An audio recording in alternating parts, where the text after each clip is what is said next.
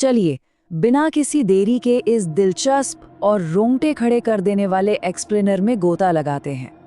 आज हम जिस घटना को डिकोड करने जा रहे हैं, वो सिर्फ एक डरावनी कहानी भर नहीं है। ये इंसान के दिमाग, गहरे अपराध बोध यानी गिल्ट और हमारे अतीत के कर्मों का एक ऐसा खौफनाक विश्लेषण है जिसे सुनकर किसी की भी रूह कांप जाए।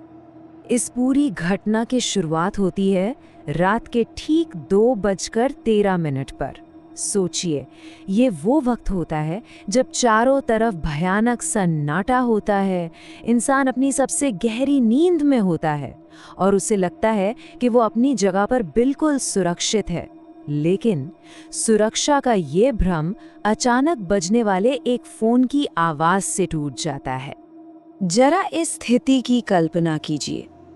कोई इंसान अपने कमरे में सो रहा हो, दरवाज़ा अंदर से पूरी तरह से लॉक हो, और तभी उसे खुद के ही सोते हुए की एक तस्वीर मैसेज में आ जाए, वो भी रात के 2 बजे।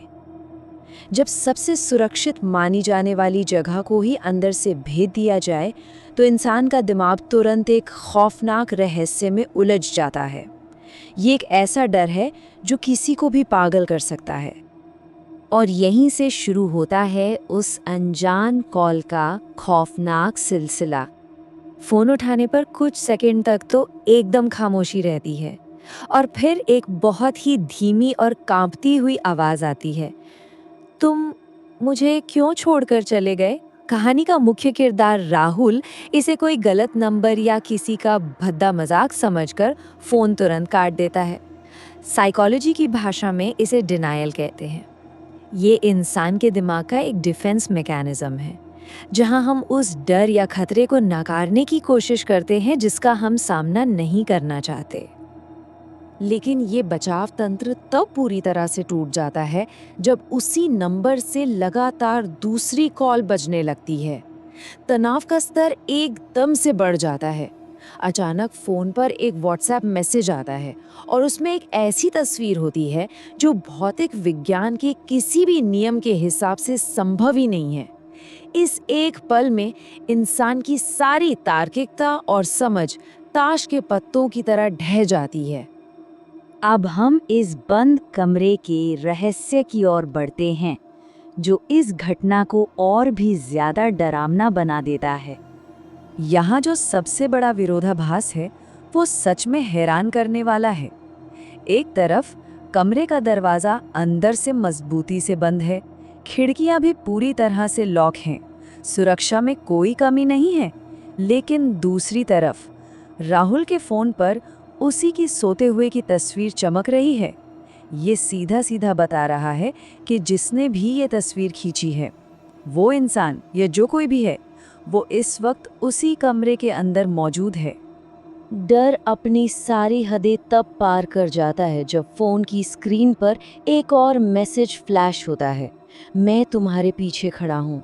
ये एक ऐसा पल है जो किसी की भी रगों में खून जमा दे। राहुल जब धीरे धीरे पीछे मुड़कर देखता है तो वहाँ सिर्फ एक खाली कमरा होता है। खतरा सामने नजर नहीं आ रहा, लेकिन उसकी डरावनी मौजूदगी का एहसास कमरे के कोने कोने में महसूस हो रहा है।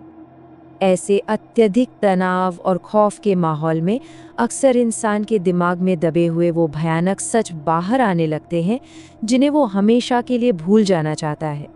घटनाओं का ये क्रम हमें ठीक 3 साल पहले ले जाता है। एक देर रात की बाइक राइड, एक भयानक एक्सीडेंट और फिर वो सबसे बड़ा धोखा। राहुल का अपने गंभीर रूप से घायल दोस्त अंकित को बीच सड़क पर तड़पता हुआ छोड़कर भाग जाना और फिर अगले ही दिन अंकित की मौत की खबर आना। यही वो कायरता और धोखा है जो आज रात के इस पूरे खौफनाक खेल की असली जड़ है। जब खामोशी को चीरते हुए फोन एक बार फिर बजता है तो राहुल रोते हुए कांपते हाथों से माफ़ी मांगने लगता है, लेकिन सामने से एक बहुत ही ठंडी और बेरहम आवाज़ आती है, मैं 3 साल से इंतज़ार कर रहा हूँ। ये एक ऐसा सच है जो साबित करता है कि वक्त भले ही गुजर जाए, लेकिन आपके किए हुए पाप और धोखे कभी ख़त्म नहीं होते। अतीत हमेशा अपने कर्ज की वसूली के लिए वापस लौटता है। और यहीं से इस एक्सप्लेनर का पूरा रुख पलट जाता है। अब तक जो सिर्फ एक मनोवैज्ञानिक डर या गिल्ट लग रहा था, वो अब पूरी तरह से एक सुपर नेचुरल घटना में बदल जाता है। अचानक कमरे की लाइट्स तेजी से झपकने लगती हैं। अंदर से बंद दरवाजा अपने आप खुलने लगता है और एक बहुत ही ठंडी हवा कमरे में भर जाती है। ये वो पल है जब अतीत पूरी तरह से एक खौफनाक वर्तमान का रूप ले लेता है। और अब हम पहुंचते हैं इस पूरी घटना के उस भयानक अंजाम पर। एक धुंधली सी परछाई धीरे धीरे साफ होती है और सामने आता है अंकित। खून से सना हुआ उसका चेहरा, पूरी तरह से काली पड़ चुकी आंखें और एक बुरी तरह से कुचला हुआ शरीर। ये दृश्य बिल्कुल वैसा ही है जैसा राहुल ने उसे उसके आखिरी पलों में तड़पने के लिए छोड़ दिया था। ये कोई आम डरावना दृश्य नहीं है, बल्कि ये राहुल के खुद के अपराध बोध का एकदम जीता जागता भौतिक रूप है। तुमने मुझे मरने के लिए छोड़ दिया, अब तुम्हारी बारी है। राहुल चीखता है, गिड़गिड़ाता है कि वो उस रात सिर्फ डर गया था, लेकिन उस आत्मा के लिए इन दलीलों का कोई मतलब नहीं है। जब न्याय प्रकृति या इस तरह की सुपरनैचुरल ताकतों के हाथ में होता है ना, तो वहाँ इंसानी कमजोरियों या डर के लिए कोई माफ़ी नहीं होती। ये कर्मों का वो हिसाब है जिससे कोई बच नहीं सकता।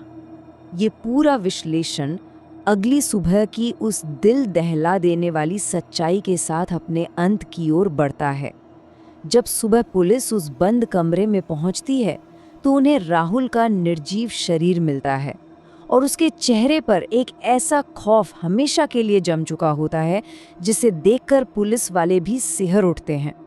ये इस बात का सबसे बड़ा सबूत है कि उस रात जो कुछ भी हुआ वो राहुल के दिमाग का कोई वहम नहीं था, बल्कि एक जानलेवा हकीकत थी। लेकिन कहानी सिर्फ यहीं ख़त्म नहीं होती। राहुल के फ़ोन से पुलिस को जो आखिरी कॉल रिकॉर्डिंग मिलती है, उसमें राहुल की दर्दनाक चीखें हैं और दूसरी तरफ से आ रही एक बहुत ही ठंडी फुसफुसाहट, अब हम दोनों साथ हैं। ये हमें एक बहुत ही गहरा सोचने वाला सवाल दे जाता है, क्या हम कभी अपने अतीत में किए गए धोखे और पापों से सच में भाग सकते हैं, या फिर हमारे कर्म हमेशा एक साये की तरह हमारे साथ साथ चलते हैं, बस एक सही समय का इंतज़ार करते हुए। इस खौफनाक और विचारोत्तेजक सवाल के साथ हमारा आज का ये एक्सप्लेनर यहीं ख़त्म होता है।